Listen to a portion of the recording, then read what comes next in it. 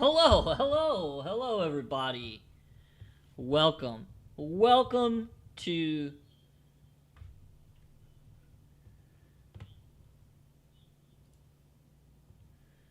I just wanted to say I've made the ultimate decision to I'm gonna keep the name Fantasy Football Spudcasts.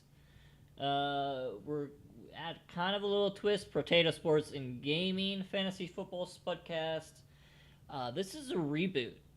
I attempted to start this podcast last year. I got into a little bit of trouble. Not really trouble, but just had some life stuff happen, hard stuff, things I had to push through. I absolutely have the time and dedication now to give you, one step at a time, full blown attention to help you guys out in what I believe could be the world's number one leading fantasy football podcast about contract salary leagues. There's nothing out there. It's hard to find. There's not any content out there to help you. And this show tonight, which I will be telling you about, I will be talking to you about what is a contract salary league. Fantasy football. It can be any sport, but we're going to be talking mostly football on this channel. I also want to tell you, before I even go any deeper and dive into this, my name is Joshua Hervey. I am known in the Twitch community as Sir Potato TV, and that is why this show is called the Fantasy Football Spudcast, because I wanted to keep the same potato theme throughout all my whole content. So, for those of you who don't know me, my name is Joshua, and I am here to dive into what is a contract salary fantasy football league. First off, fantasy football, I know it's May. This might get boring for some of you, but some of you who live, breathe, eat, sleep football like I do, this is the stuff I die for. I literally die for.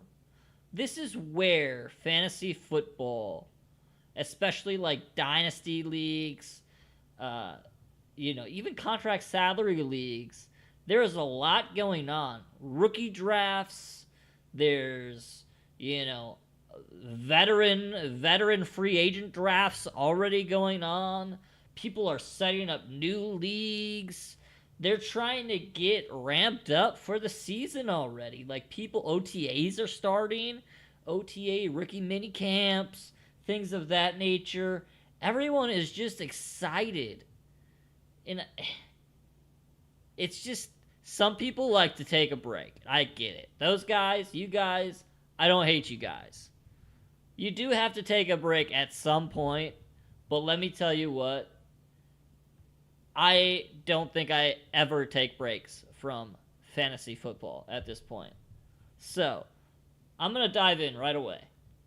What is a contract salary football league? I'm glad you asked. I'm glad I asked myself that question. Listen, I was approached by a friend of a friend to see, hey, you like fantasy football? Yeah. How would you like to try to join a contract salary league? I'm like, sure, what is it? The more and more I talked to the commissioner, the more and more I learned so much. And I was like, this is exciting. This could be a new wave to help keep me interested, At the time, I was in the middle of maybe trying to do Dynasty, this is kind of in between Dynasty and Best Ball and like a keeper leagues. It's like very similar to a keeper league. except you have to stay under the cap. So we'll get into that. Salary contract league, it's actually really what it sounds like. You are a general manager of your own team. You have to build your team, you have to stay under the cap, and you also can dedicate contracts to certain players. There's going to be an off-season rookie draft. There's going to be a free agent auction veteran draft, which, I mean, for those of you who like free agency in the NFL, this is just as much like fun as that. And, like, well, this is too much work. Well, really, it might be a little work. You know what? It's going to take time to understand. And the thing about contract salary leagues is it just takes a lot more. I can't say it takes a lot more effort, dedication. It does make you think about things that you may have never thought of before in dynasty leagues or keeper leagues and things of that nature. And I'm telling you what, I've had a blast. One of my contract salary leagues I've been in for 6 years, I think we're going on year 7. I've literally spent the last 3 years rebuilding my team because I made a huge mistake. And we'll get into those mistakes later on, because I will be talking about a little bit later on when we talk about contract salary leagues in this episode. We're going to talk about what I wish I would have known year 1 going into contract salary leagues that I've learned from my past experiences now. So I will get you guys that information. I actually reached out to a couple friends, a couple people I've acquainted with myself with in the community to ask these questions, and I've got some really good responses from a lot of them. So I appreciate the help and the opportunity to gather this data to help you guys out. So those of you who helped me, I appreciate it. I also want to tell you guys that I am solo, so this could get boring very fast. So yes. I have no timeline tonight. So I don't know if this is going to be a 45-minute episode, an hour episode, or 30 minutes. But right now, what is a contract salary league? Contract salary league is exactly how it sounds. You have a certain amount of contracts you can put on players. There's usually a limit because it's not a dynasty league, and most of the contract salary leagues want turnover from year to year of players. What I mean by turnover, expiring contracts where players, you might get some good quarterbacks maybe hitting free agency, you might get some good running backs, some tight ends, whatever position it might be. They want turnover so the teams can be different every year. That's the thing I like about contract salary leagues, is every year you could be competitive. Every year you could be competitive if you build your roster right. It's not like Dynasty, where you can have a good core for their whole careers. You can have a good core of players and hold on to them for their whole careers before you trade them at the end of their aging lists, age 8, at the end of their tenure, where you get some value. Contract salary leagues are totally different. When I look at contract salary leagues, I look at players, what they can do for me in the next 3 to 4 years. And I know Dynasty is that way too, a little bit, but the way I look at players in contract salary leagues, I do tend to and this could be one of my mistakes that I've done in the past, where when I went to go rank my rookies this year, I went based on like opportunity versus like talent. There's a lot of rookies that are in really weird spots that are really hard to rank.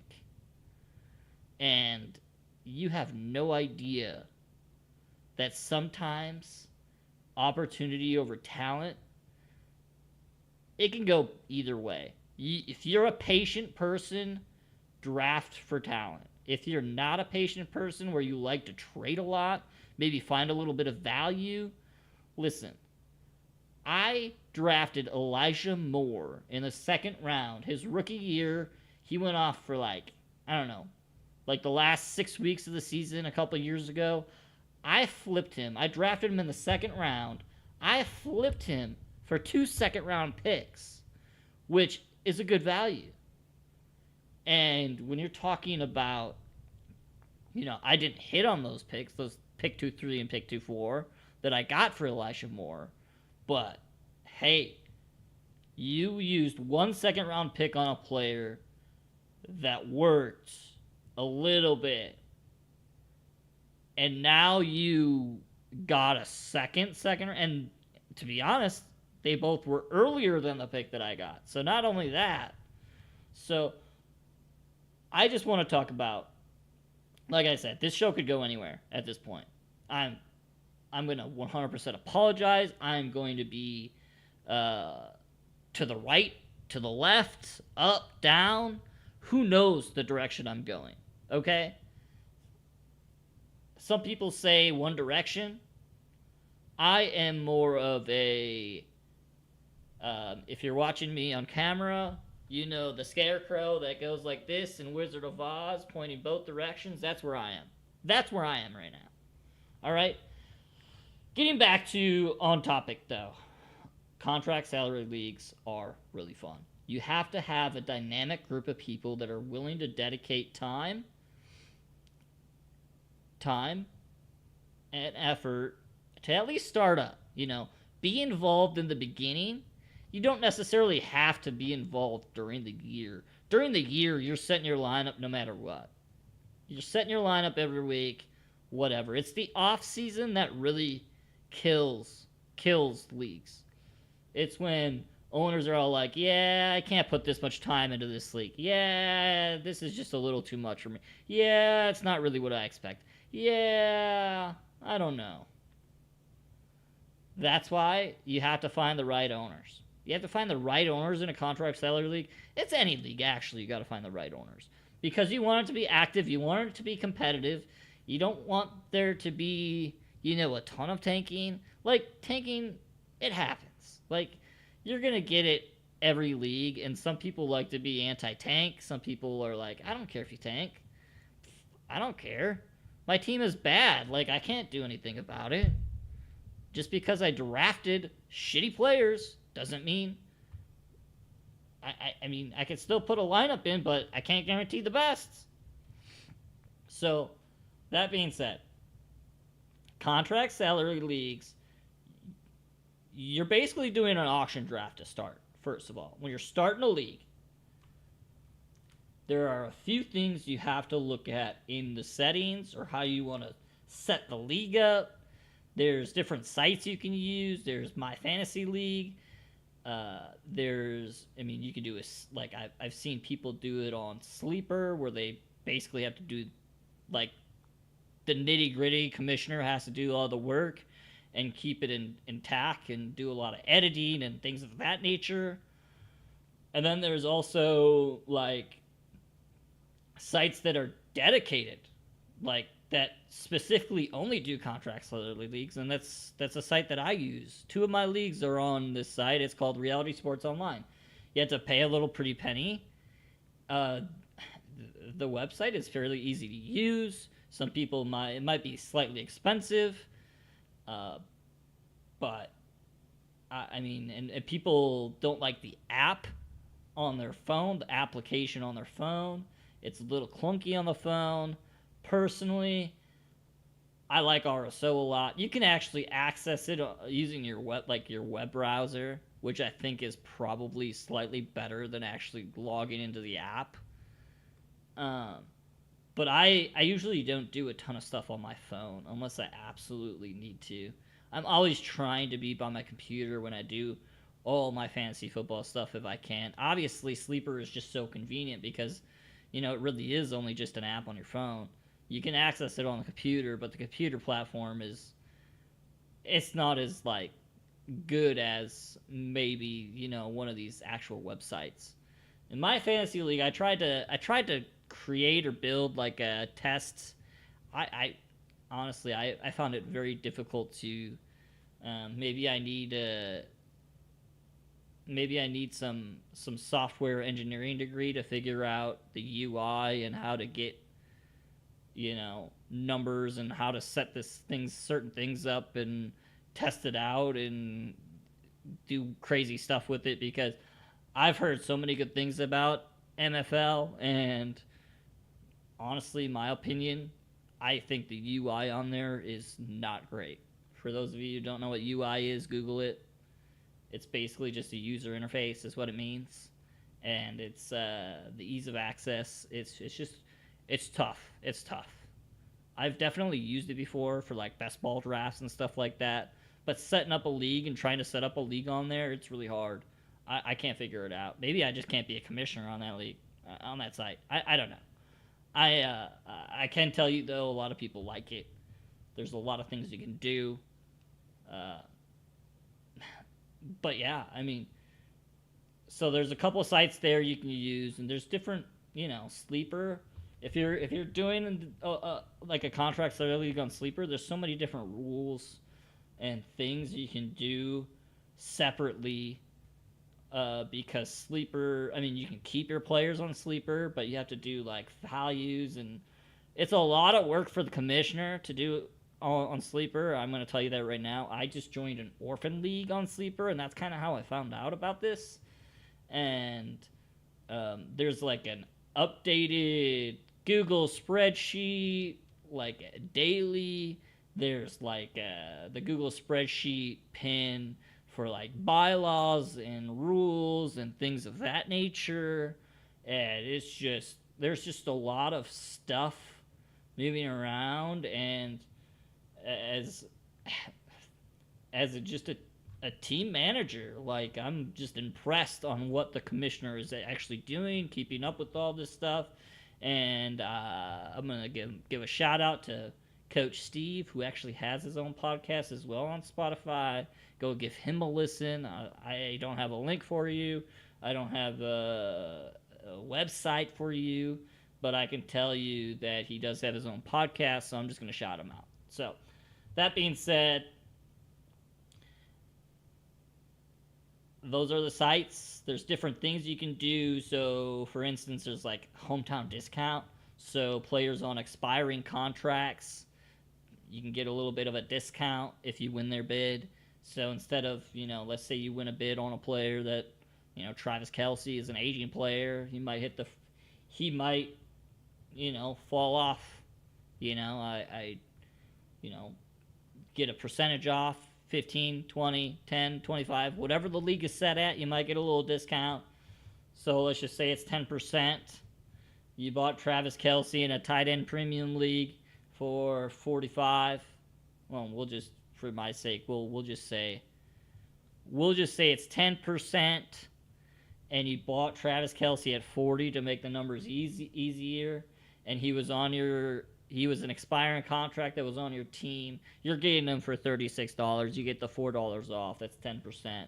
So, it's a little bit nice. It's a little bit tricky when you're doing free agent auctions. You got to be careful about it, because you have to keep track of like whose player is who, because it's just incredible. RSO doesn't really have like a hometown discount option.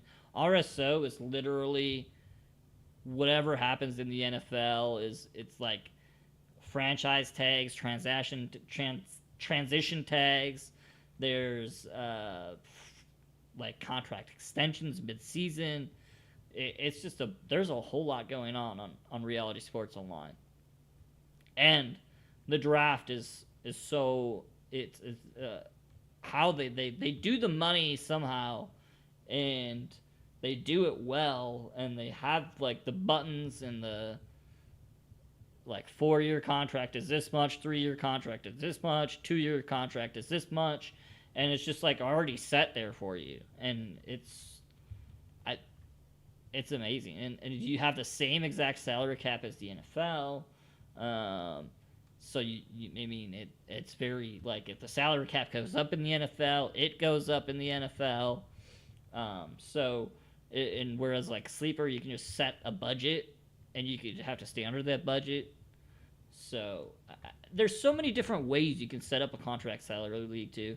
How many contracts can you give after the draft? How many, the rookie drafts even, some people like 2 rounds, some people like 3, some people like 4, and honestly, 3 is kind of like the sweet spot after doing contract salary leagues. Unless you're in IDP leagues, then 4 is like pretty cool, pretty ideal. But like one of my leagues is 2. The one that I'm just bought the orphan team on is a 4-round draft, offense only, and it's pretty deep. Like it's a pretty deep rookie draft. I feel like the sweet spot is about 3 rounds, 36 rookies. So while we're talking about what is a contract salary league, there's so many different things you can do in a contract salary league. So let's just say year 1, you do the startup auction. There are ways, a lot of people will include rookies into the startup auction. Some people like me, I've noticed some tendencies, at least in startups, where people tend to overvalue rookies and overpay for rookies in startups. And I know it's like the fresh, hot thing in the NFL and so on and so forth. But I personally, I would rather draft veterans and then have a rookie draft after in startups. But you have to look when you're doing your startup auction. You have to look at the player, the player's age. You have to look at, how much you want to pay for that player and what kind of a contract you have to put on that. You want to put on that player, and I'm going to talk about this a little bit later. But it's a huge learning curve to figure it out. I have learned so much, and I have made so many mistakes in the past 6 years, at least in the one league. And I have learned so much. It's just so much. And I'll get to it in a second here. So you got your free agent auction. You basically do the same thing you do in any other league. You draft, the initial startup draft. All right. Okay. Now, you have certain contracts. Perfect. Assign the players, whatever the commissioner, whatever site you're using.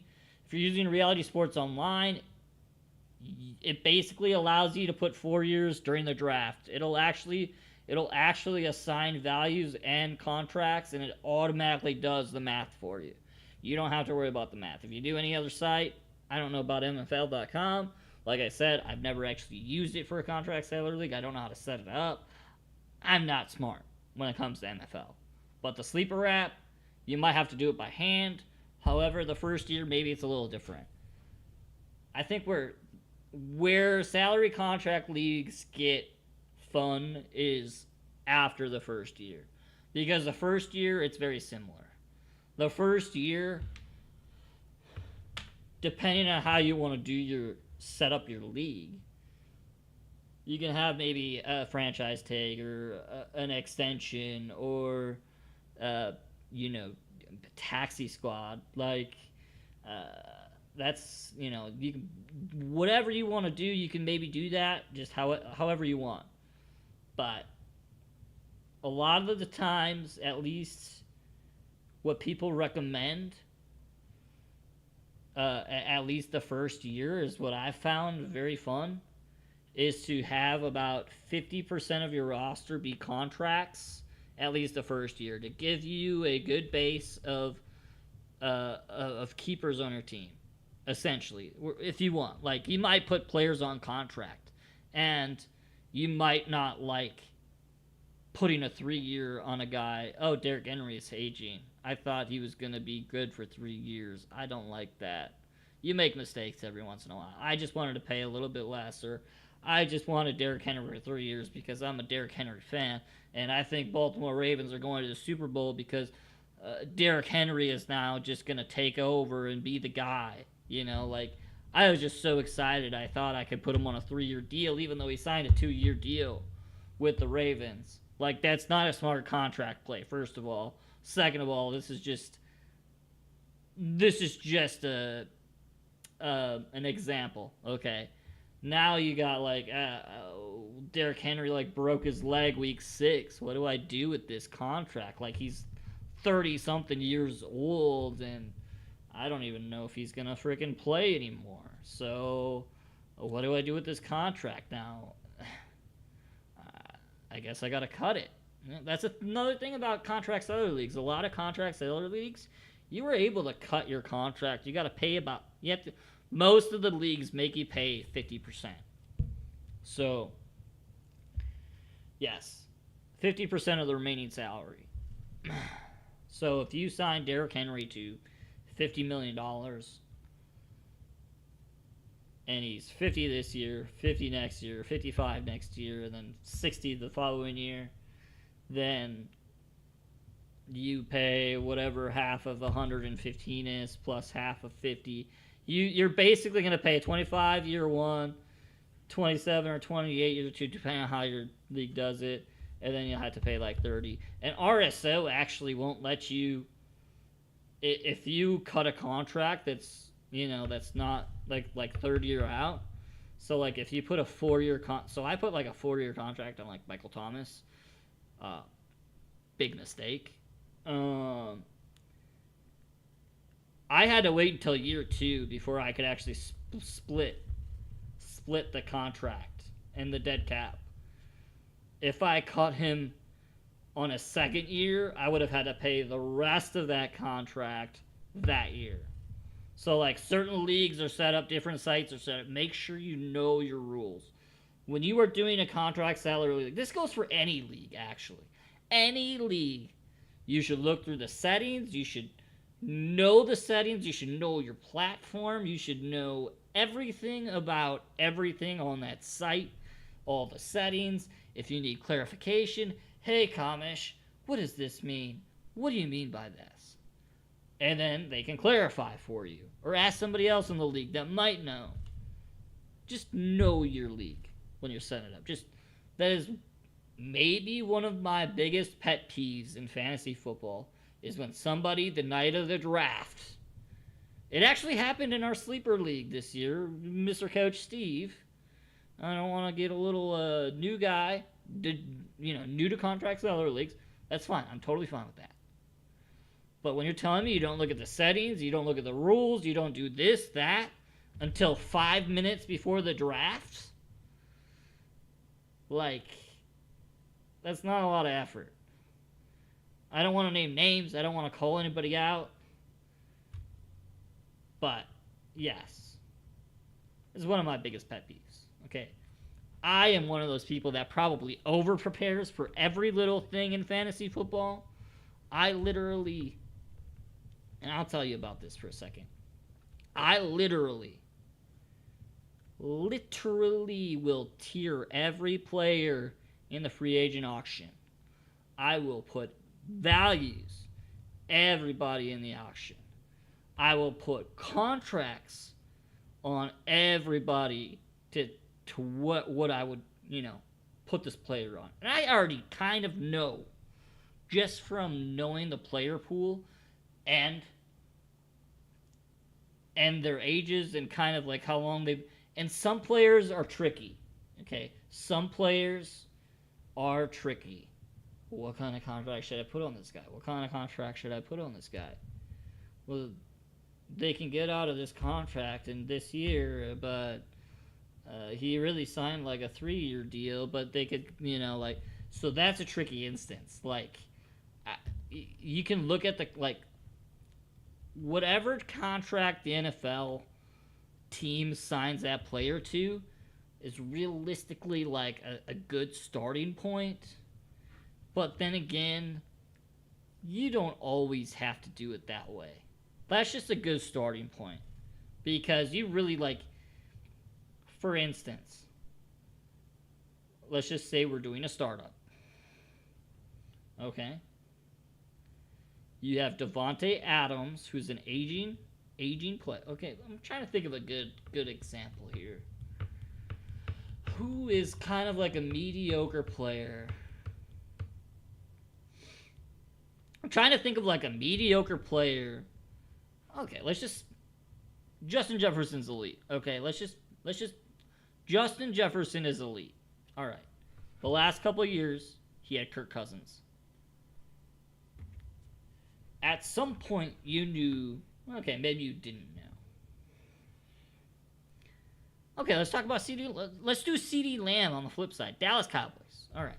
Well, let's talk about CD Lamb for a second. CD Lamb is a star, by the way. He's a young enough wide receiver. He's a star.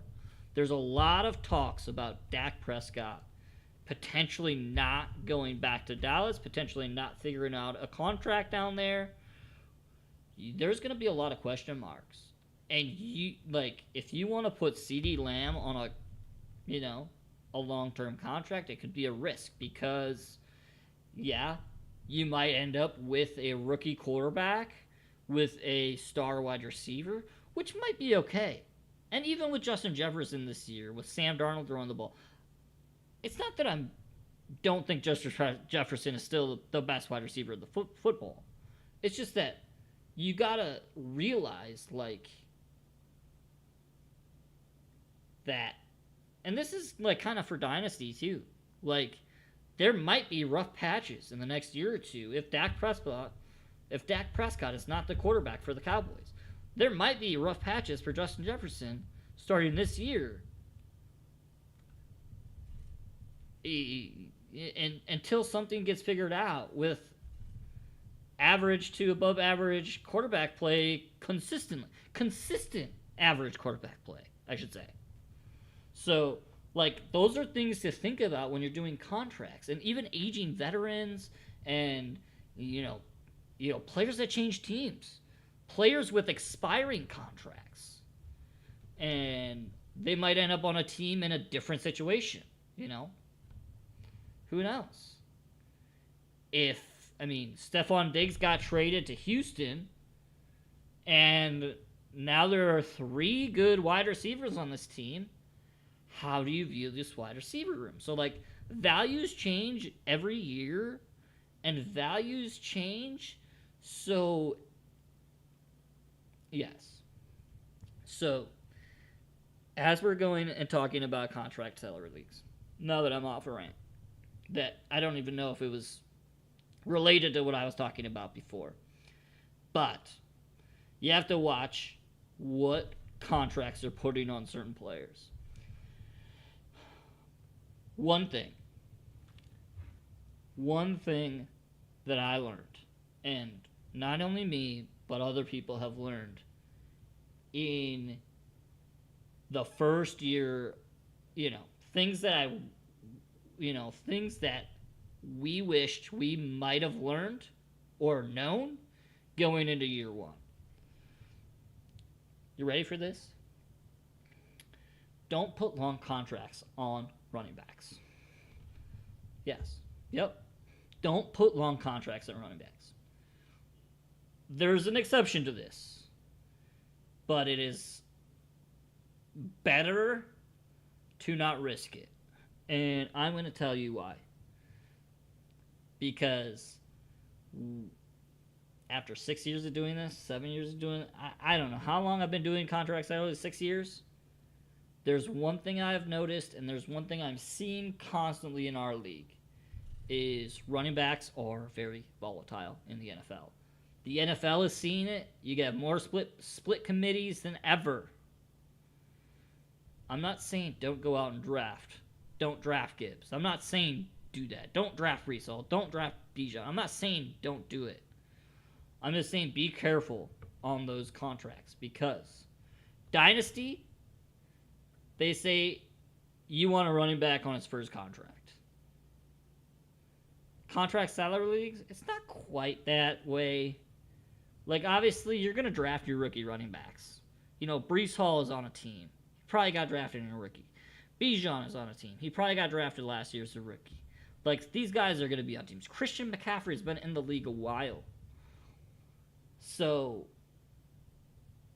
basically what I'm saying here is Christian McCaffrey should not be on a 4-year deal.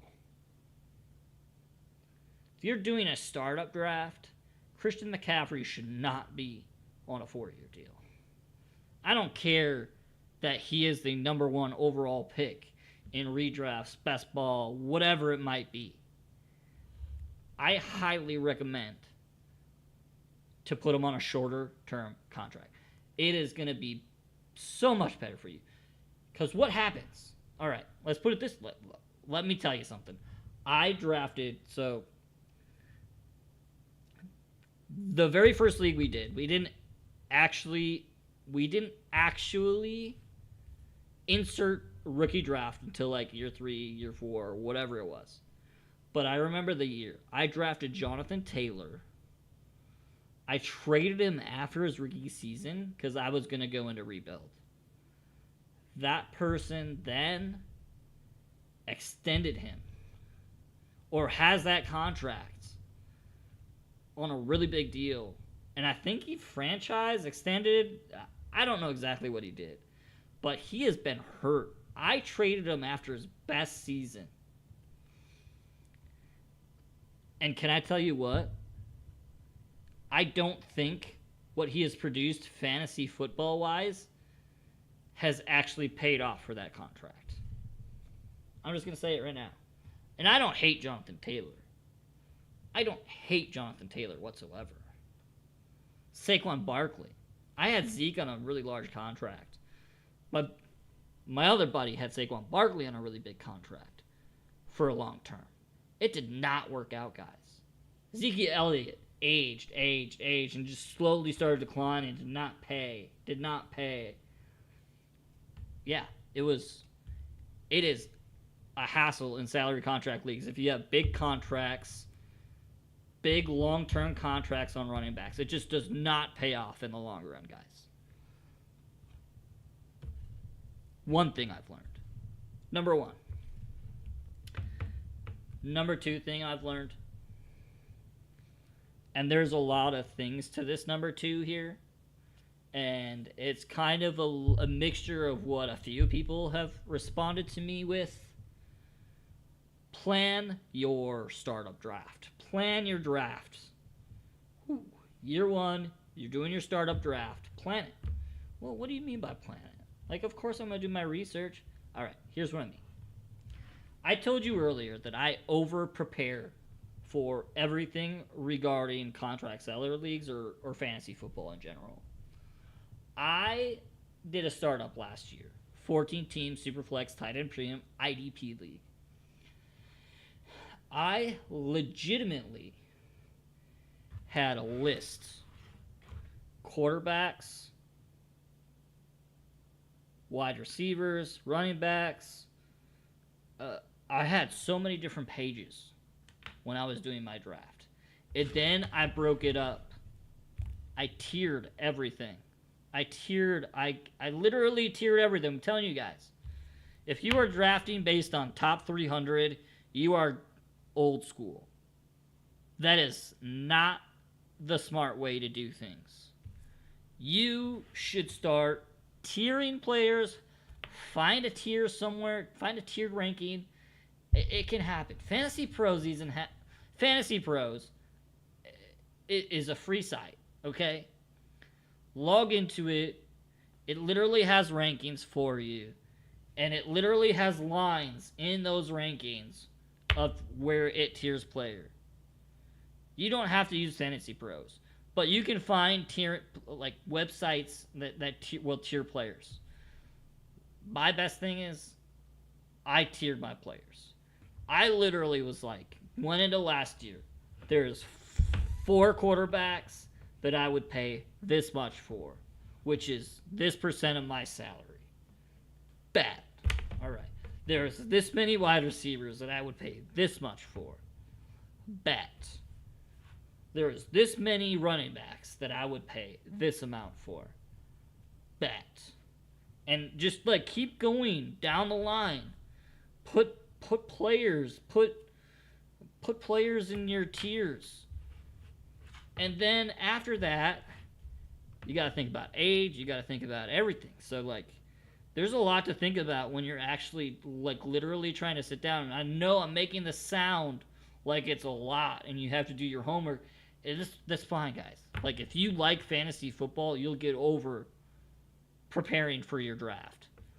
Because there's nothing worse than being unprepared, not knowing what you're doing, and being bad for the first 5-6 years of the league before you finally start to figure it out. Trust me, I was there.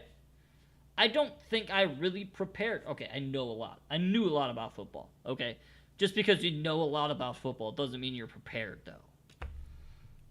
Number one, I draft based on tiers. I put values on players.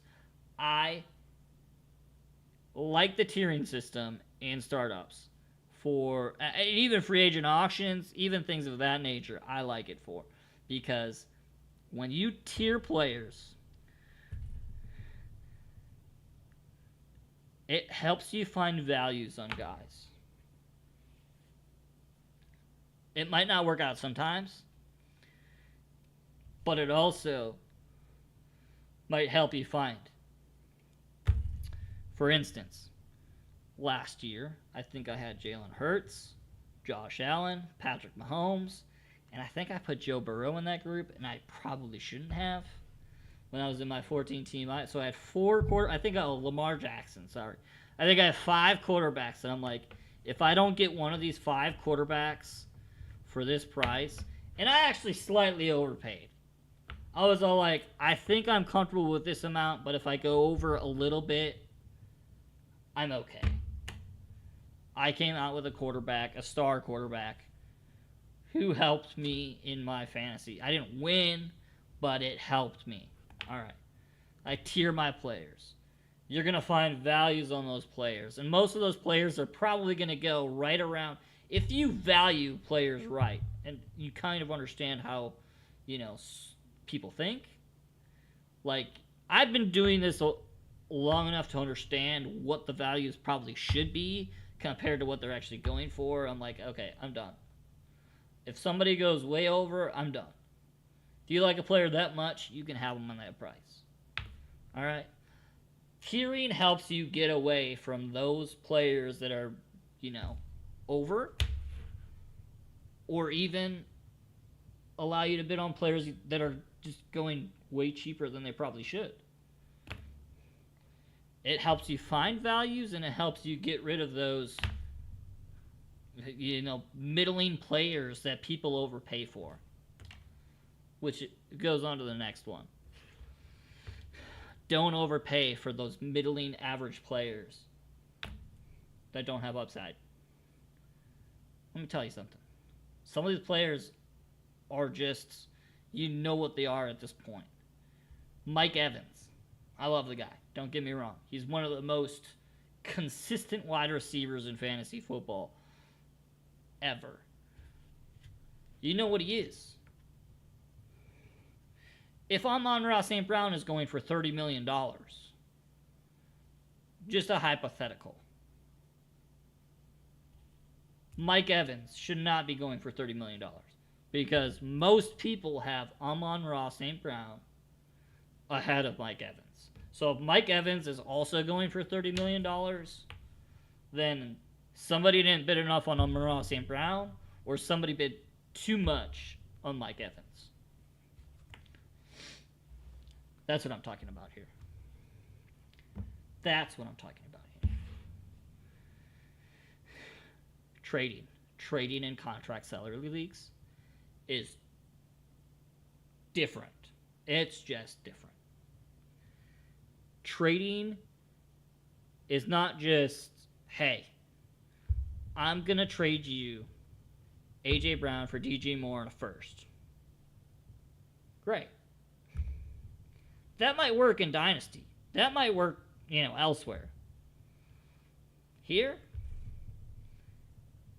It's not going to work. Let me put it to you this way. If A.J. Brown is $30 million on Team A,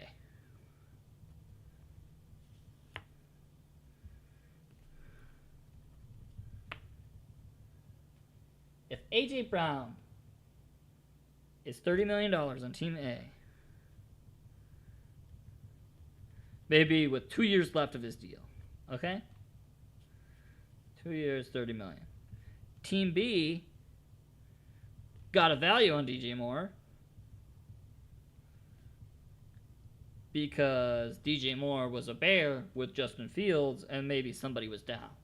So maybe DJ Moore is only on a, we'll just say it's a very similar deal. How about like 2 years? We'll say like $20 million, like a $10 million difference. I'm not saying this is the values. I'm just saying that this is contracts. So Team A is really close to the cap. You know, maybe he's trying to free up some spots. Maybe he wants to get it younger, a little bit of draft pick. Maybe he's selling. I don't know, or maybe, yeah. So maybe let's just say the cap is 300. All right, let's just say. Sorry, how do I word this in a way you guys can understand it? So let's just say overall cap is 250. You can't go over 250, okay? Team A is sitting at, I guess it doesn't matter what Team A is at, but Team A is at 244, okay? Team B did not do very good at trying to figure the values out, and he's at 249. That's a $5 difference, but the difference in A.J. Brown at $30 million and DJ Moore at $20 million, that trade can't go through. It does not work, chat. It does not work if you are listening to this, because A.J. Brown is $30 million, and it's $10 million over what DJ Moore costs, so therefore your cap would be 259 on Team B, and it would be, it would help Team A down to 234. But that would not work because Team B would be over the cap. In some leagues, they penalize you for going over the cap. Some leagues don't even allow you to go over the cap. RSO doesn't allow you if you go over the cap. Yeah. Yep. Absolutely. So it's just a different perspective. You got to think about your trades. Other things to know. Other things to know. As I talked about, your first year in contract salary leagues is very, very standard. Very standard. You play through the season, go into the first off season. You got a rookie draft. You got, let's just talk about year two. Year two, off season. Got it. Bad. You won. You didn't win. I had an okay season. I thought it was fun. I should go tell my friends about contract salary leagues. Yeah. So, you're getting into the off season. Let's do a rookie draft. Let's finalize our roster. Let's finalize our rosters. Let's do the rookie draft. Finalizing the roster, by the way, if you want to know this term, it means you're cutting players. It means your expiring contracts are going into free agency. It means that all your players that are expiring go into the free agency pool, so you can bid on them after the rookie draft or however way you want to do it.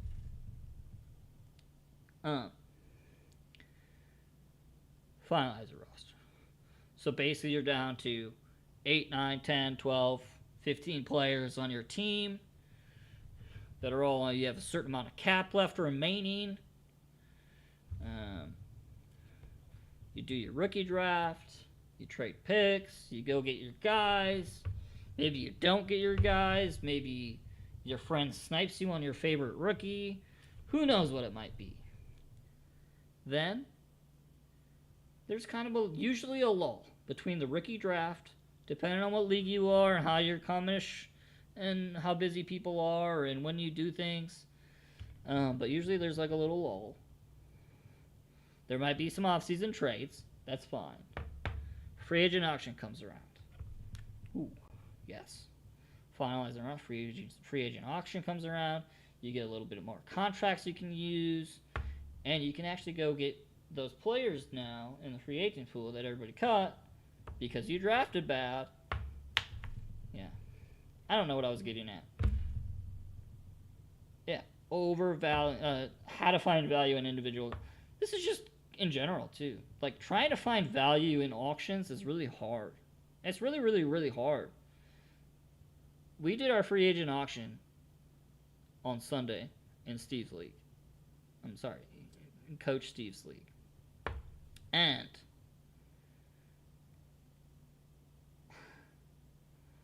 I did my preparation. I literally tiered every player. I put a value on every player.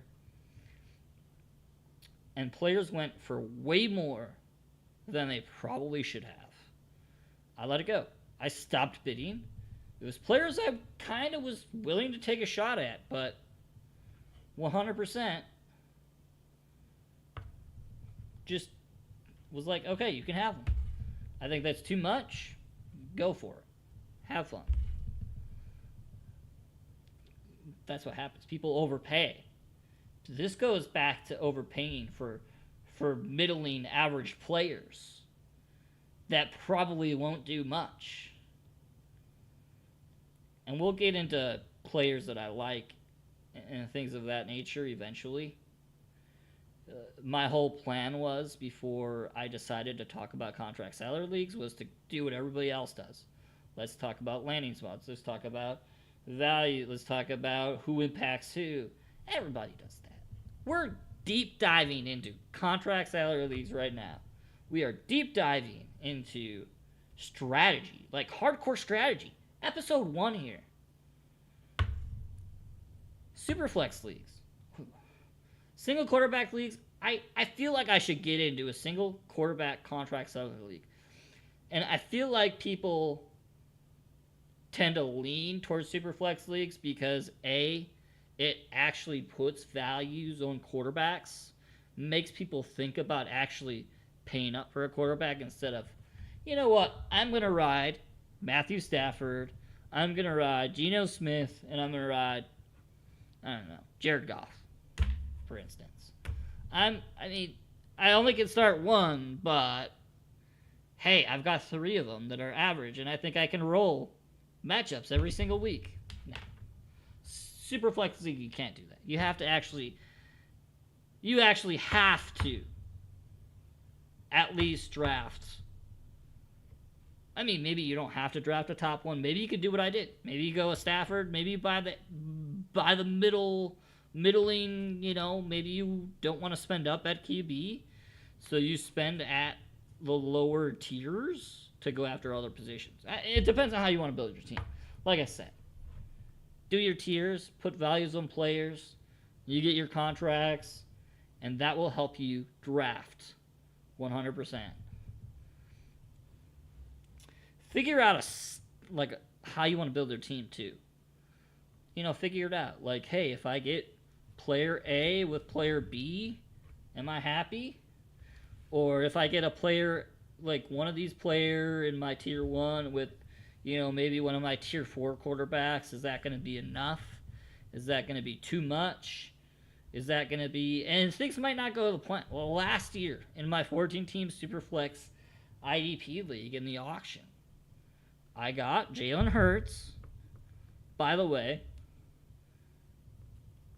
I paid up for. I paid market price for him. Right about where I thought his value was. And then I also waited and waited and waited and waited and waited. What happened was all the quarterbacks' prices went skyrocket. Think about this. 14-team super flex leagues. You should have 2 quarterbacks on your team. What's 3 quarterbacks? Some of these teams have 3 quarterbacks on their teams because some people did not value quarterbacks. And it's going to happen in super flex leagues. But check this out. My buddy, you're going to have these people in your auction draft that will drive the prices up of these quarterbacks that are average. But because they're an average quarterback in a 14-team Superflex league, there's a lot of value at that position, at that level. Yeah.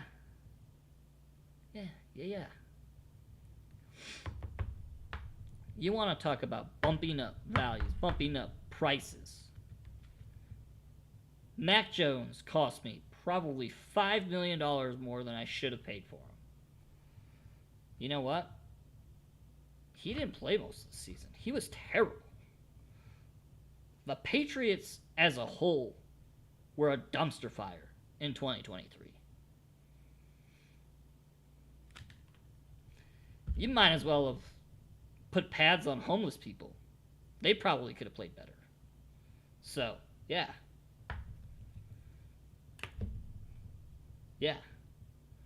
You know what? Long story short, I learned my lesson. I did not value quarterbacks. I was like, hey, you know what? I can ride Jalen Hurts. That's not a problem.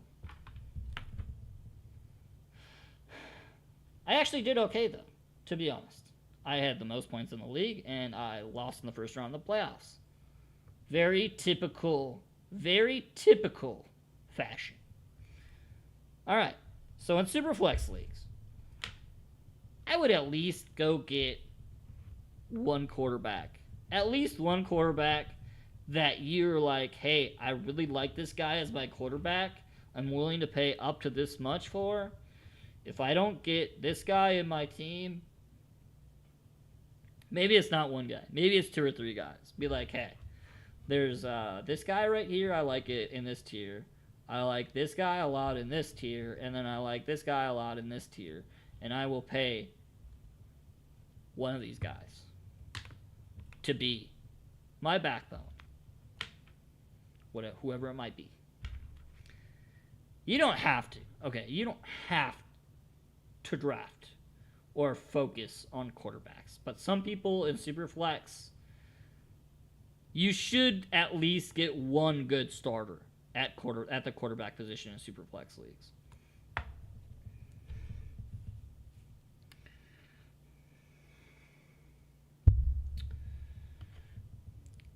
Other things I've learned that I wish I knew going into year 1. And this isn't so much year 1. This is like, all right, you're in the league now, a couple years in. All right, this is just a lesson. This is just a lesson that I'm going to tell you guys that 6 years in the league, there's a lot of different things that play out. You start to figure out the values. You start to figure out your league's values and how your league values certain types of players versus other players. And when you get that camaraderie going, it is just so fun. There's so much trash talking going on, things of that nature. You get owners getting mad at each other. You get, cocky, arrogant people that think they know everything. You might have that guy in your league. Honestly, this lesson, we were talking about trading. All right, All right. So, let me just I'm going to pause for a second. I'm going to focus. I want you to listen very carefully. Contract salary leagues, I told you earlier, you should be able to win every year if you are cycling your cap from expired contracts, if you are cycling your cap so you have enough money in free agent auction to make splashes, to keep your team hungry every year. That is the one big difference in contract salary leagues that people don't understand. And versus Dynasty, whereas if you're a bottom team, you might be a bottom team for a while. It might take you 2-3 years for your rookie picks to pan out. It's, you might, okay, I'm mediocre. Great. I'm starting to like work my way up. Now I got to start trading my picks to get stars on my team for the next year or two to actually take a shot. So it might take you years to rebuild your dynasty team. Contract salary leagues. Oh my gosh. I found myself in a huge learning experience. The last 3 years it has taken me to fix it. 2 years, 3 years, I don't know what it is. Long story short, I made a push for the playoffs. First of all, way too early. In dynasty leagues, when you make a push for the playoffs and miss, it sets you back immensely. I missed the playoffs completely on a team that I thought was rock solid. I was like, I am the best team in. I know my record doesn't show it. These guys have injuries. Bet. I made a trade. Things didn't go well.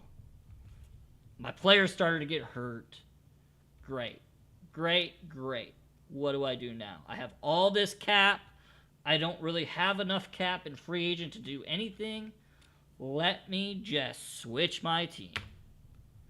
Lo and behold, the next offseason, I trade away my high contracts. But you know what I did about trading away my high contracts that you should never do? Take on cap.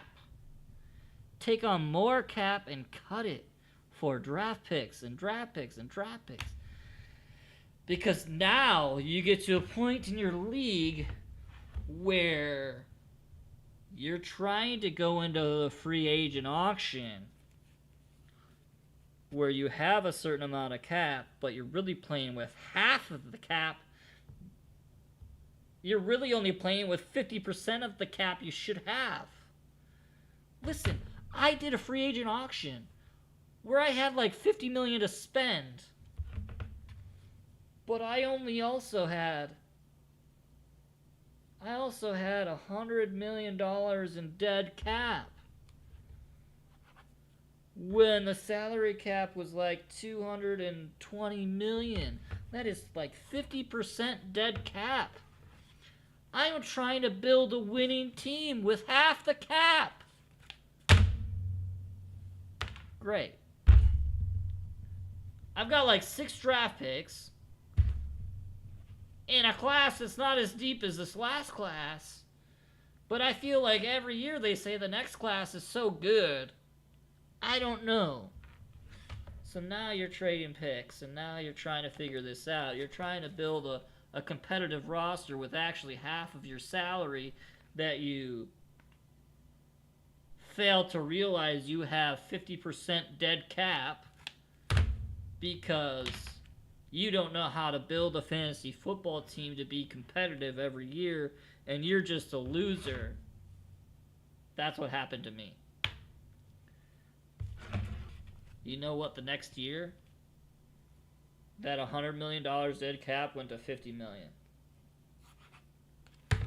So half of it fell off. This year, do you want to know what happened? That $50 million dead cap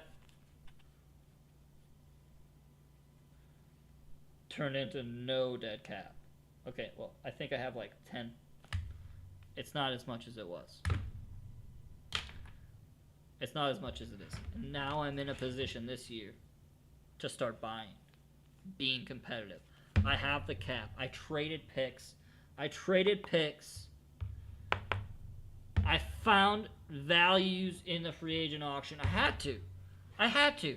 When you're playing with half of the salary cap that your opponent has because you were so dumb to realize you didn't rebuild your team right, that's a valuable lesson right there. I don't care. You can take on dead cap if you want. But you better, certainly in hell, make sure You want that dead cap for that pick, and make sure that pick is worth it. Oh yeah. 13 million dead cap does not equal pick 1-9. Can I just tell you that right now? It does not equal pick 1-9. Maybe this year it could have, but no. You know why? Because pick 1-9, well, $13 million plus whatever salary goes to 1-9 is like 20-something million. Is that pick 1-9 gonna outperform that $20 million value that you basically just paid for pick 1-9? No. Most likely not as a rookie. Yep. That was my mistake. One good lesson that I'm going to teach you today is when you're rebuilding your team, don't eat so much cap that you can't get out of the hole for 3 years. Because contract salary leagues, in theory, if you do it right, you should be able to be competitive every year. Well, Josh, what if I'm not competitive? What if I thought I built a competitive team? Do what you do in Dynasty. All right, you know what? Do what you do. Do what you do in Dynasty then. Maybe you take a shot at the playoffs. Maybe you still have a bunch of assets, though. You're like, hey, okay. Or maybe you have enough assets where you can, like, just trade them away. Maybe you started trading for players. You're like, hey, all right, trade your aging players. You know what they say? Trade your aging players in Dynasty. You know what you got to do? You got to trade players on expiring contracts. Or trade for expiring contracts so you get cap. And then you can go into your free agent auction. Maybe get a rookie pick out of it. You might be a lesser player, but you get a rookie pick. And then you also get cap that falls off. And then you can go buy extra players. You know where you're weak. Like, hey, I can address this in the free agent. I can go address this in the draft. You should be able to be competitive, though. 100% you should be able to be competitive every year. Obviously, injuries happen. You could be at the bottom. Whatever. Christian McCaffrey might go down. Patrick Mahomes. I'm not saying Patrick Mahomes is going to... He hasn't really been hurt. Kirk Cousins went down. Aaron Rodgers went down. I mean, there's so many quarterbacks that got hurt in 2023 that, like, it was incredible. Running back position is volatile. Derrick Henry didn't pan out this year. Everybody was so high on him in Baltimore, but he freaking did not pan out. Great. I spent all my money on J.K. Dobbins because I was told that he was healthy and in training camp, and he was doing so much stuff, and then, sure enough, 4 plays into game 1, he tears his ACL. I don't even think this guy has ACLs anymore. Yeah. Oh, yeah. Uh-huh. Yeah. Can't be stupid, chat. You can't be stupid. I'm sorry. If you're trying to sign J.K. Dobbins to a long-term contract this offseason, you might want to take a look at the mirror and realize that he hasn't played more than 5 minutes every single year for the last 2 years. Gus Edwards came off of an Achilles heel and actually performed last year. J.K. Dobbins, hamstring injuries, whatever, tore his ACL, whatever, tried to come back, hamstring injuries, whatever. This guy can't stay healthy. People love the talent. So be it. This is why I value opportunity versus talent, because opportunity for J.K. Dobbins, to me, an injured player isn't in your starting lineup, which means there's no opportunity for fantasy points at that point. If you don't see it like that, then come at me. All right. This show is getting long. I'm dragging. Contract salary leagues, guys, they're really fun. I dove into probably way more than I should have. Like I said, I didn't know where this show was going. I had a plan about midweek last week. I'm like, no, we need to talk about what is a contract salary league, and I want to talk about things that you should know going into a contract salary league year one if you want to try it out. I'm going to call it quits, chat. My hope. I was hoping to do one show every other week, but maybe we do a show. Maybe we do it every other week, and maybe there might be bonus episodes in between those every other weeks. Who knows? But I can tell you this, guys. This was a very long episode. I apologize. I went on a rant. I went on a couple rants. I went left, right, up, down, forwards, backwards. I stopped. I started. I did everything imaginable that you probably shouldn't do when you're, trying to do a podcast. I went from one thing to another thing to another thing to another thing. I didn't have a list. I didn't have a schedule. I just love talking fantasy football. Can I be honest with you guys? Fantasy football, it energizes me, dude. Like, I get home from work, I'm tired. I talk fantasy football, I get a second wind. Maybe I should just start talking fantasy football to myself, chat. Listeners, whoever. But listen here. These shows are going to be live on YouTube every other week, and they will be uploaded to Spotify, Potato Sports and Gaming, and this is officially the first episode back from the reboot, the Fantasy Football Spudcast. I am your host, Joshua Hervey. Have a great night. Go Timberwolves tomorrow.